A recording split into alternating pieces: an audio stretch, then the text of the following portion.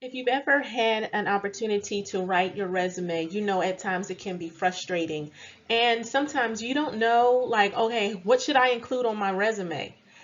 That's what we're going to talk about today. We're going to talk about resumes that stand out from other resumes, and we're going to talk about the steps that you can take to make sure your resume is on point.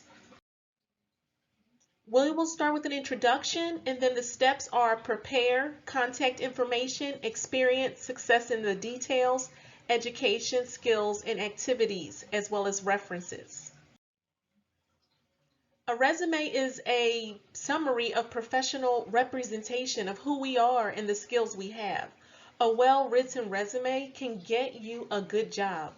It can also land you financial stability as you realize that you are able to make ends meet and pay your bills. It's very important.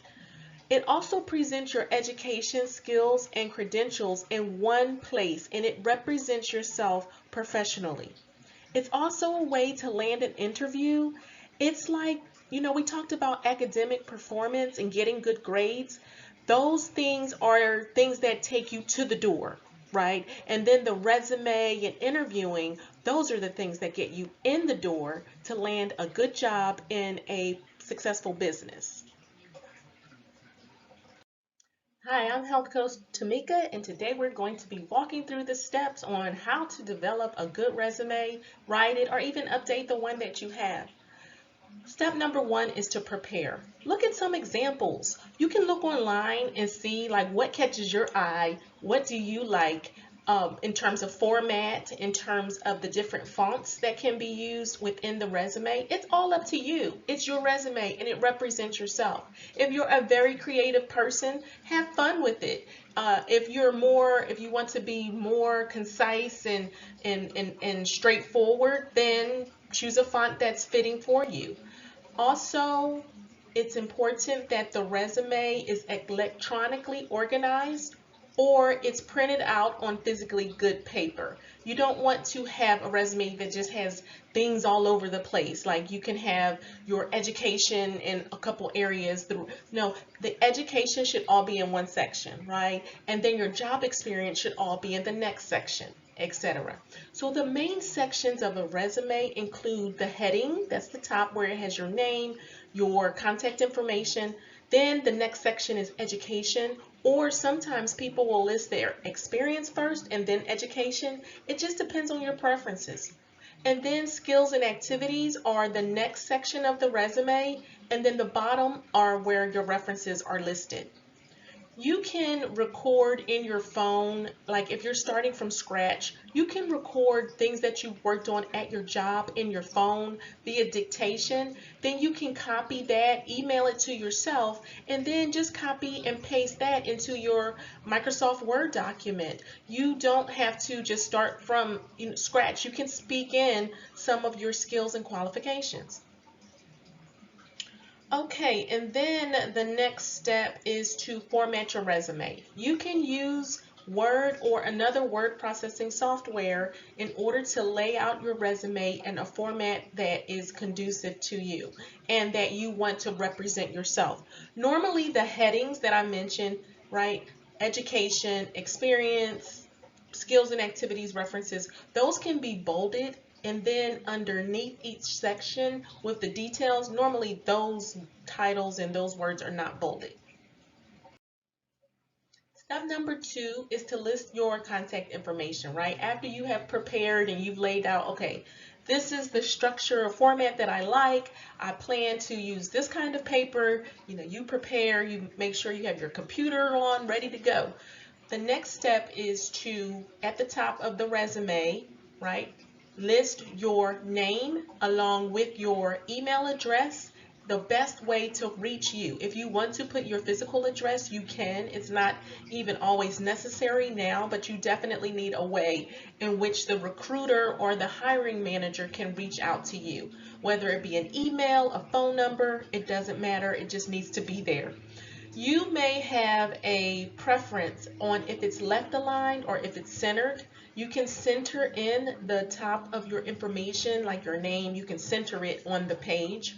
So in the example that I will show you in just a little bit, I will show you how that particular introduction with contact information was centered. And then it's optional to then underneath your name and your contact information to have a work objective. Like sometimes people want to say, I am interested in a job in this particular industry, whether it be the medical industry, whether it doesn't matter, whether it be business, but sometimes that can be limiting. So you want to be very cautious about your specific work objective and what you have listed. It could be that you're going into a position and you're really qualified to be a manager, but because your work objective doesn't specifically say that, it can rule you out from getting certain opportunities.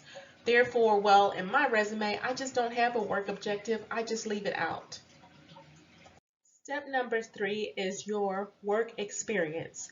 Experience as a word is then listed out and bolded, and then it's in terms of what is the job experience that you have. You list those out in terms of where did you work, what was your title, what was the time frame, and you go from the most current to the least current, right? If you're currently working, you list that job first, and then what job did you have before that, and then what job did you have before that. So it's important that you state from the most recent to the least recent which jobs you have completed in order.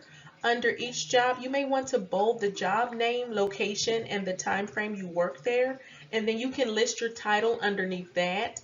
The details to further describe that job are then not bolded, but then listed underneath that company name and where you have your title for that particular company. Here is a key secret. Your resume is important and it is a representation of yourself. Oftentimes, the resume can have very generic information.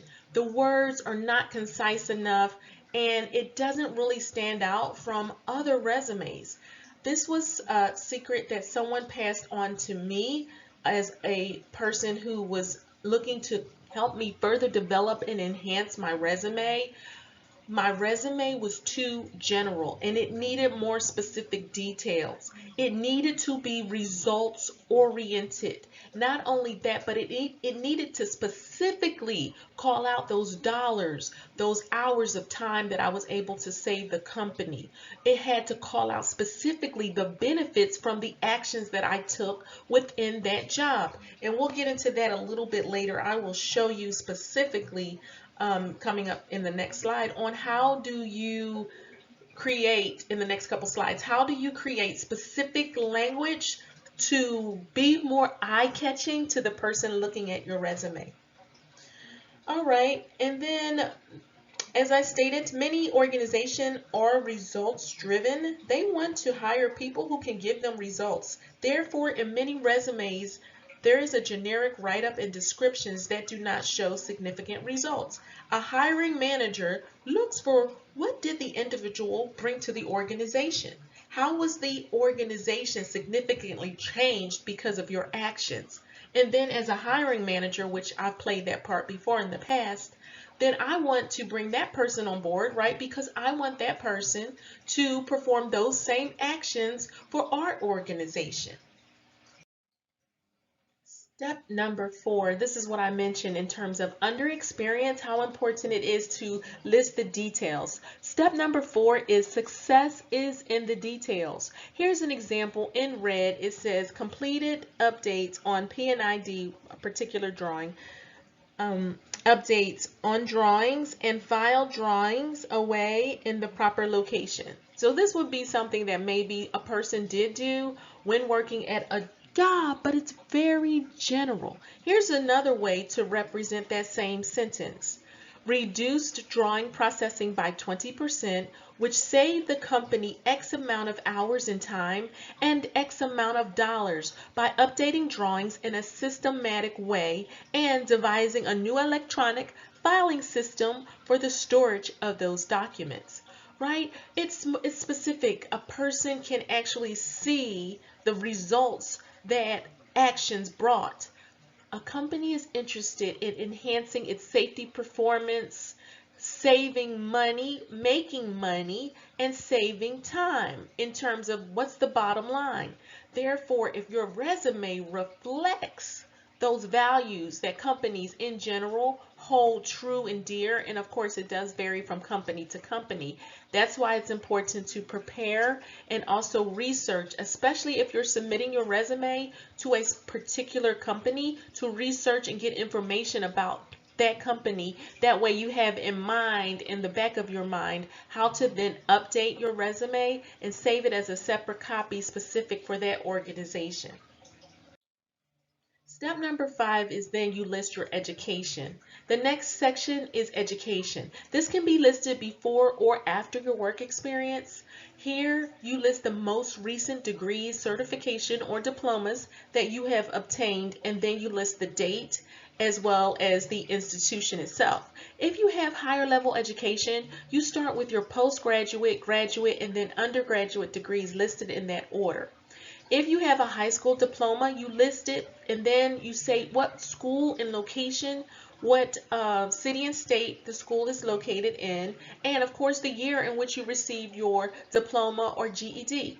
It's optional, just depending on your educational experience, to list your high school certifications.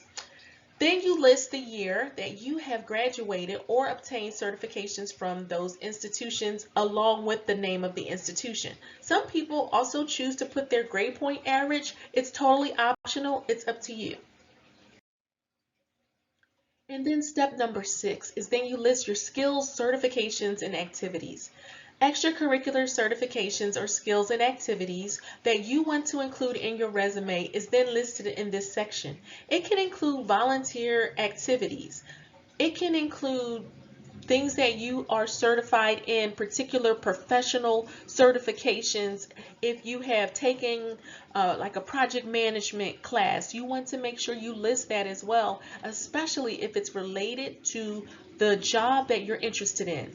You also can list your expertise in software and programs like Microsoft Word, Excel, or any software that you demonstrate proficiency. And then you can list your hobbies as well as related to your job experience. An example is someone who is applying to be a pilot may also, as a hobby, design and fly model airplanes, just as an example. That would be probably something that's good to list then on the resume.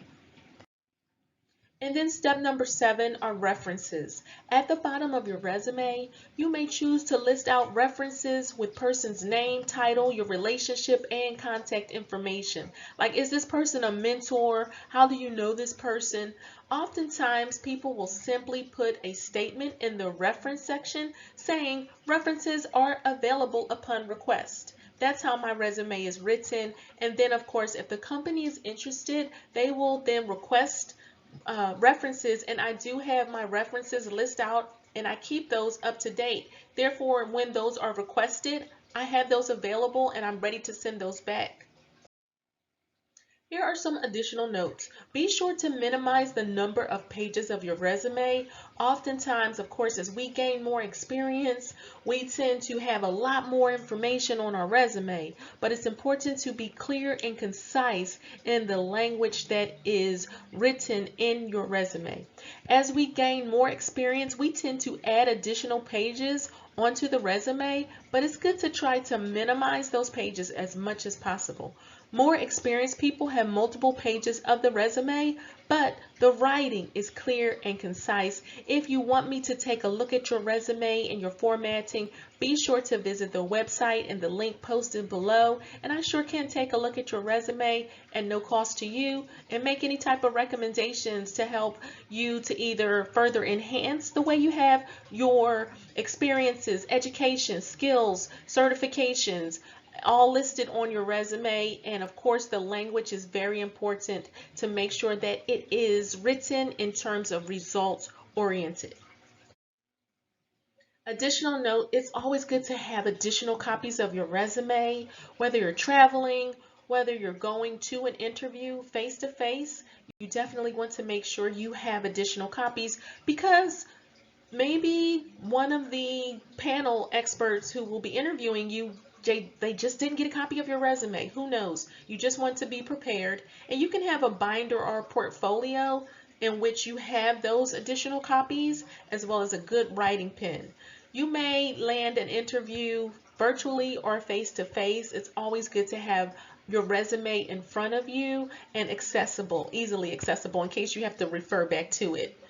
Have multiple copies of your resume, and as I mentioned, you can have, if you have one of those leather bound or leather alternative portfolios, those are good. Or you can have just a simple 3-ring binder and then just put all your information in one place, right? We want to be as organized as possible. This is an example of a resume. It is very simple, but it shows the formatting.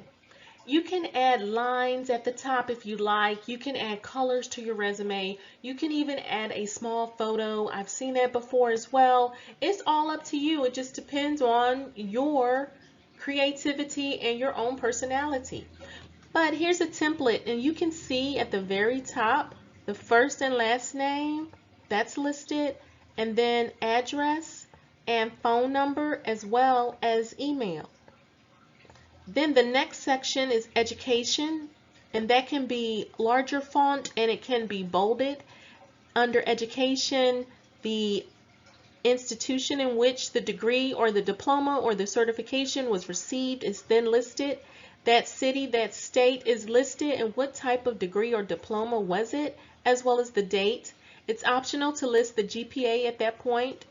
And then the next section is experience, and that can be bolded and bigger letters. And then under experience, you list the job where you work, the name of the company, as well as the location, as well as the time frame in which you work there. And then underneath that line, you then can write your title at that job if you had one, and that's optional as well. And then under that line, you then write, or type, I should say, the details of the results-oriented actions that you took when you worked at that particular job.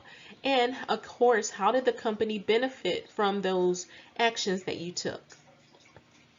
And then the next section, certifications, training, skills, that's the next heading that's listed. It can be bolded. And then under the certifications from most current to the least current, those are listed. It might be good to also list the date in which those certifications were obtained. It's all up to you. And then at the very bottom, you can see that statement, references are available upon request, or you can choose at this point to list your references if you think that that would be a good idea.